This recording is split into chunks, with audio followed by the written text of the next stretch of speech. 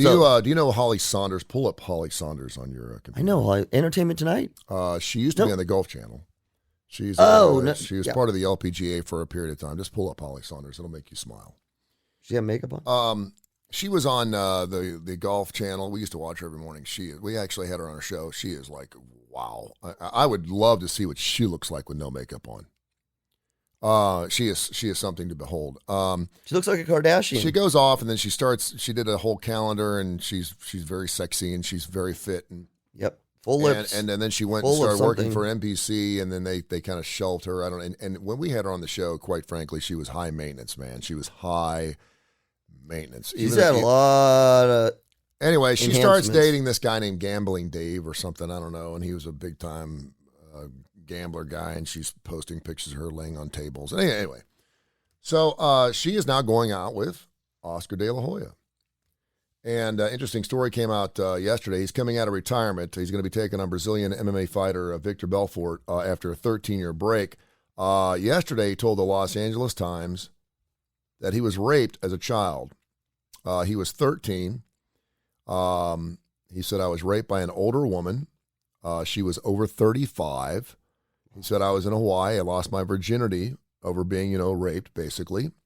He was at some tournament at the age of 13. He's a father of 6, and they named the Golden Boy for the 1992 Olympic medal. Said that his boxing career served as a distraction from his emotional turmoil, and this is the first time that he's actually recognized this trauma in his life. He began boxing as a child, and by 11 was a junior champion. He continued with the sport despite the trauma of the abuse. You suppress everything. He said, you're living this life, the Golden Boy, but oh crap, wait, they're still there. Like never before I thought about it, never processed it, never really thought about how my feelings are about it until one day it just comes out and you don't know how to deal with it. In 1998, if you remember, he was 25. He was accused of raping a 15-year-old. In June of 1996 at a Mexican hotel, the case was settled out of court in 2001. From 2007 onwards, De La Hoya battled substance abuse issues, seeking treatment multiple times for alcoholism, cocaine addiction, and more. He was engaged to former Miss USA Shayna Moakler, mother of his eldest child, Adiana, but the relationship ended in September 2000 with Moakler, who was at home watching the Latin Grammys. From 2001 to 2016, he was married to Puerto Rican singer Millie Cordier. I hope I'm saying that right, and also has 2 sons with her from a previous relationship. Anyway, I just thought it was really, really interesting. In 2019, he was accused of inviting a woman, a registered nurse, to his Pasadena, California home in 2017. It was there she claimed that De La Hoya became intoxicated after revealing several bottles of liquor in a bag of what appeared to be cocaine in his kitchen. Brought the woman to his bedroom where she said that he told her about a fetish for transgender porn and asked if she wanted to experiment sexually. After she turned him down several requests, she alleged De La Hoya grew angry and ultimately held her down with one arm and sexually assaulted her. This guy's got a bag that is tied around his neck that he's carrying with him everywhere. And again, you're a psychologist. A lot of these things could have festered or been brought to because of his alleged rape in 2013. It does explain a lot of things, or we want to believe it explains a lot of things. It doesn't condone his behavior, and it does not fully explain why he could have been all these things even without his rape at the age of 13. But it does add a very interesting piece to the puzzle that is Oscar De La Hoya's life. Oh yeah, I mean absolutely. So we know that sexual abuse is a risk factor. Being abused is a risk factor for abusing. It was the same thing with domestic violence. And I use the word risk factor because you're right. It doesn't guarantee everybody who was sexually abused does not go on to abuse. Everyone who was physically abused does not go. But it is a risk. It's a risk factor. It's absolutely a risk factor. There are a lot of other risk factors: family strife, domestic violence that's not sexual abuse, those kinds of things, drug and alcohol use, etc. It's one of those things that you don't typically hear, right? When you asked me early on, who do I think raped him? My initial thing was that it was raped by, if I'm being real transparent, a male, and then a trainer.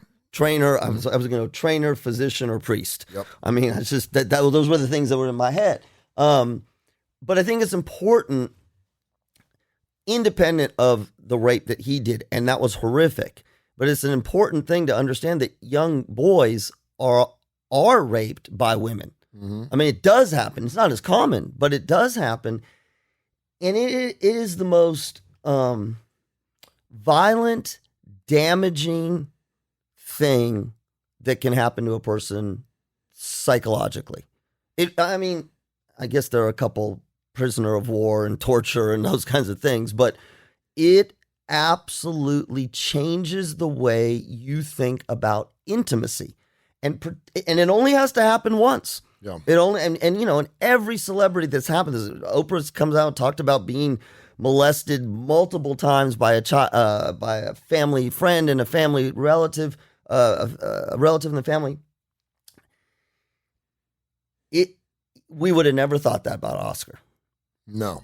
And there are so many people walking around with so much of these horrific events in their lives. And look, Oscar De La Hoya done quite well for himself, despite all those things. Horrible backstories. And what I always encourage people is, please don't say, well, look at them, they turned out okay. Mm-hmm. You don't know how okay they are. And particularly in the case of Oscar, somebody who rapes is not okay. Yeah. And I don't even know what to say. We see it in athletes all the time. The whole thing about athletes and celebrity and power, you don't know, were their parents alcoholic? You don't know, was there domestic violence? Again, we look at some of these rockers, who are drug addicts, or addicted to all kinds of stuff. What was their history?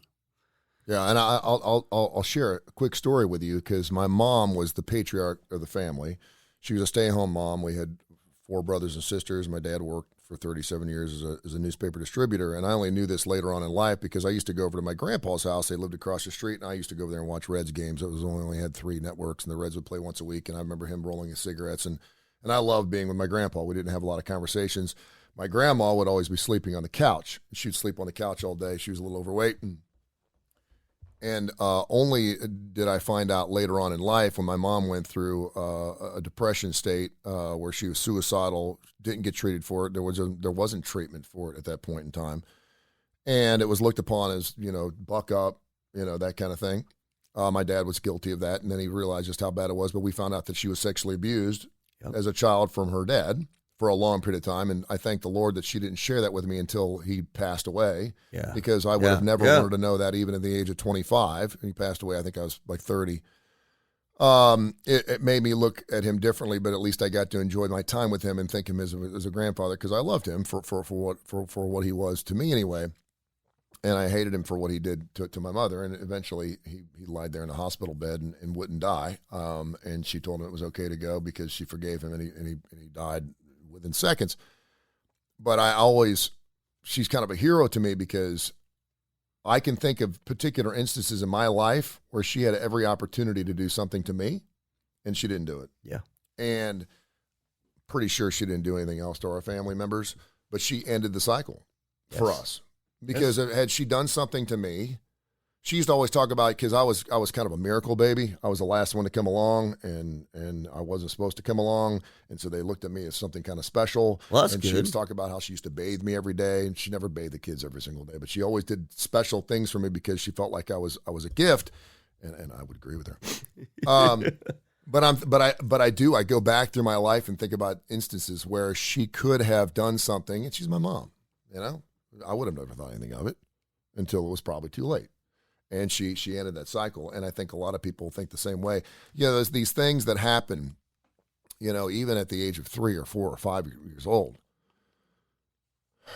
And then you live your life and you're the golden boy and you're winning gold medals and you have big homes and you're a world champion. And you think that just because you can use it as a distractionary measure, that it will suppress it enough that it will never come, but it never goes away. It's like a virus. It just stays in your system until you're ready to finally deal with it. And now it appears that he's doing that, and he's still got things he's dealing with, even as recent as 2 years ago.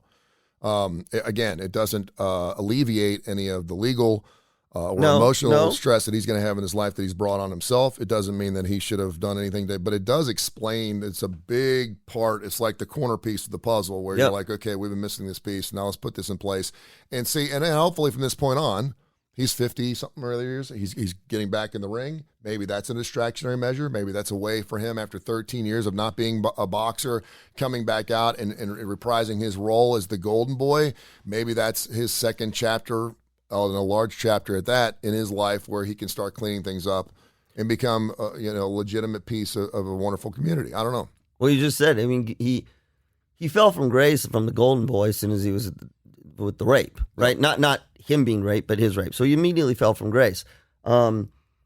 You do wonder, as he gets older, is this his way of putting it all out there? And I get a little... there's a cynical part of me, just a tiny cynical part, just a little bit. I raped. I'm coming back. I want to let you know that I was raped.